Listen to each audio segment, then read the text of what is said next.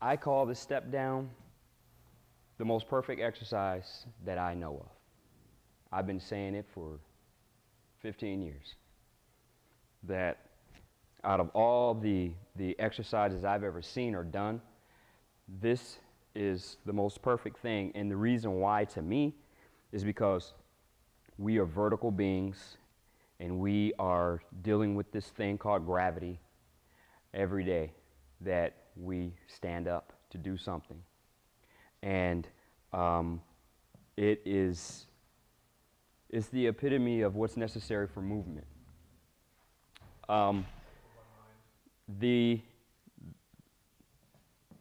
John brings up the spine, and I'll talk about how the spine influences one of the dynamic properties of this step down.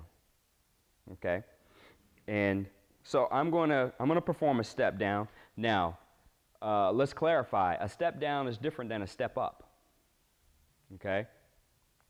A step up would be to step up on this step, okay? And to step off of it, simply to step off of it. Totally different exercise or movement, but it looks just the same, okay? A step down requires me to go through a eccentric contraction of the quad, okay, which is very important to me, especially in a rehab application, with respect to the patella tendon and the quad tendon and how it's functioning when I am lowering my body under control to a destination. Is this a 12-inch right now? Anyway, yeah. 10-inch, 10 or 12? Really? As I move my body into this step down, and I'm going to go over all that's going on right now, but just quickly, we're talking about muscles right now and how the muscles are functioning here. As I move and descend into this step down, my quad is actually getting longer. So it's eccentrically contracting, right? Okay, because it's getting longer. My knee is going into flexion, pulling and lengthening through my quad and patella tendon, right? But the thing about that is I'm loading the quadricep and some other muscles that we're going to talk about with my body weight. So it is on contraction, and there's a lot of resistance, 188 pounds of it right now, right? And it's shortening, going into its concentric phase, right? I like to finish the step up with a high knee. I'm going to do two varieties of a step down, okay? And one is going to be poor, the other is going to be correct, okay? Correct in how I like to teach it and see it done. So this is what I see a lot.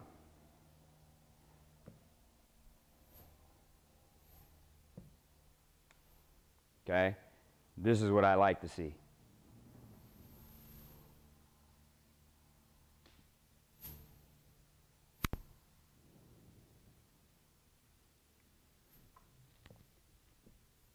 Big difference. Dynamically, polar opposites, really. Okay? Right? As opposed to, it's a challenge.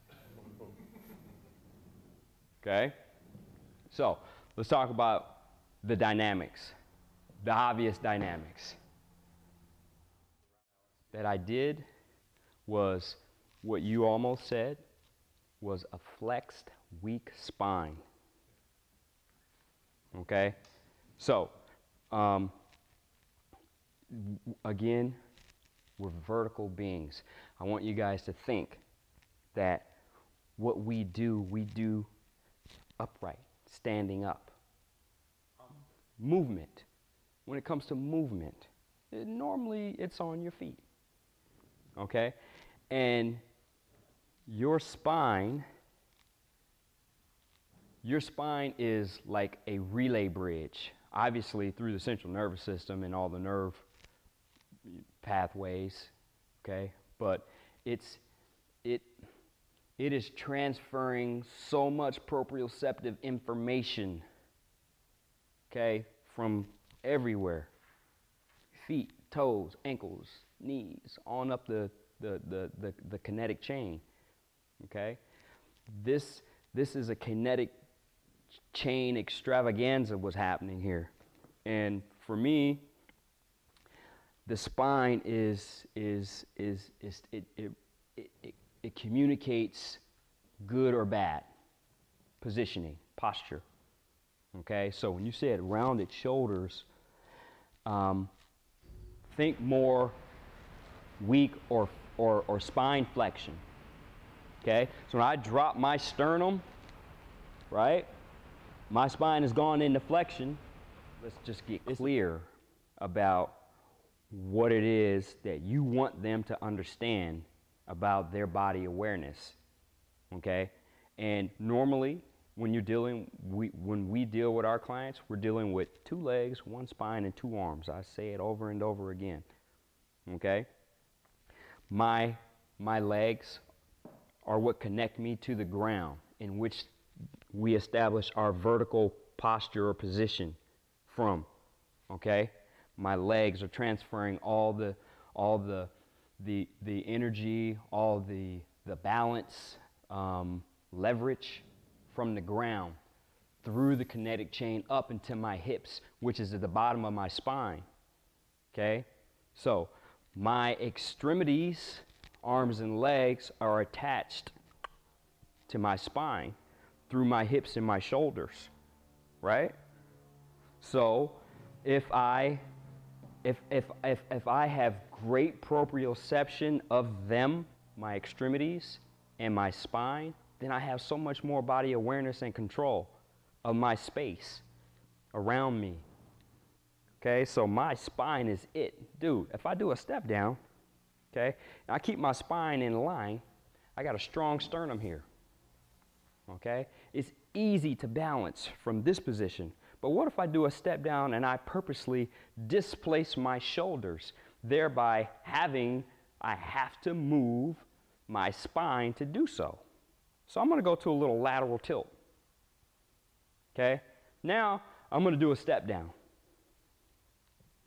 Okay, this is a very difficult step down to do. Okay, here, it's a very difficult step down to do. Okay, I put I'm going to move my shoulders, front side, back side, from my hips, displacing my spine to do this step. Okay, it makes it so much more difficult. Okay, so forward flexion of the hip. Okay, then take your descend down, going through a eccentric contraction in the quad. I don't say that to them, but lower yourself down, flex the foot that you're stepping down onto, no transfer of weight. Okay, my heel is touching the floor as lightly as I'm touching my eyelash right now. Okay, and I drive from my spine through my glute and quad back to the top of the motion. I go into hip flexion and knee flexion. Okay, totally different motion than this. Drop my spine. Okay, see how my pelvis drops? Okay, it's, to me, you'll get some benefit from that, but why do something half-ass? You're gonna get half-ass results. Take you twice as long to get to where you're trying to go. That's a good question. This should be done before you get into like heavy or even moderate leg training. Okay, because again, this is therapeutic. This is corrective. Okay, this is has rehabilitation application to it. This is a clinical exercise. The step down. This isn't a gym exercise. This is a clinical exercise. Okay, And the benefits of it, is that number 3, Jason? Yeah, the benefits. Okay, now we're moving into the benefits.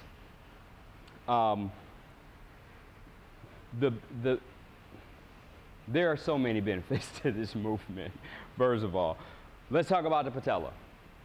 Okay, condition called chondromalacia. Are you familiar? Okay, we'll talk about it. We're going to talk about it.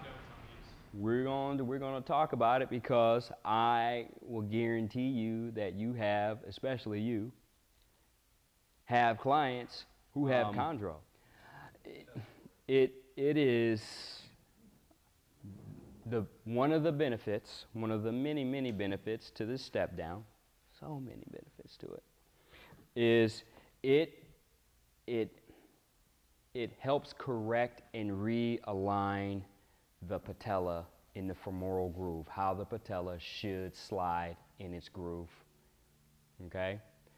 Some people who have a knee pain or joint line pain, their patellas are sliding in the groove on a tilt, either medially or laterally, or even tilted anteriorly or posteriorly. Okay? We want that thing to lay flat so that it is properly gliding in the groove without any type of grinding or roughening underneath it, which would there be being the articulating surface. Huh? All right? See, that's why it's multiple joint. I mean, everybody's benefiting here. We're just not going to cut the ankle off or the hip off. You can't get none of this goodness that's going on for the knee. That's not how the body works naturally. We're a component system. We don't break it down. That's why I don't like machines that don't encompass, you know, almost full body movement. It doesn't have to be a complete body movement, but it's got to be multiple joint. Otherwise, for me, this is a waste of time. Now, unless it's, you know, a therapeutic application, you know, and you want to isolate, and that has its purpose for sure. Right? Rotator cuff isolation, we talked about earlier. Okay? You got to have that. You got to have that. But as far as addressing movement overall and what the step down benefits, okay? I mean, what else could you benefit from this? I'll give you a hint. But that's true. Running. How many things do we do that require running? It's endless, right? I mean, the benefits are crazy. It's the most perfect exercise in the world to me. I mean, you know, some people might like Zumba. They say Zumba is the one-stop all for me. That's all I need to do. You can't Zumba without your knees. You can't Zumba without your hips and your ankle, your feet. Can't do it. Okay? If you want to enhance any movement that you are required to stand up, the step down is at the root. This is it. This is where it starts. Does that about cover the benefits of it?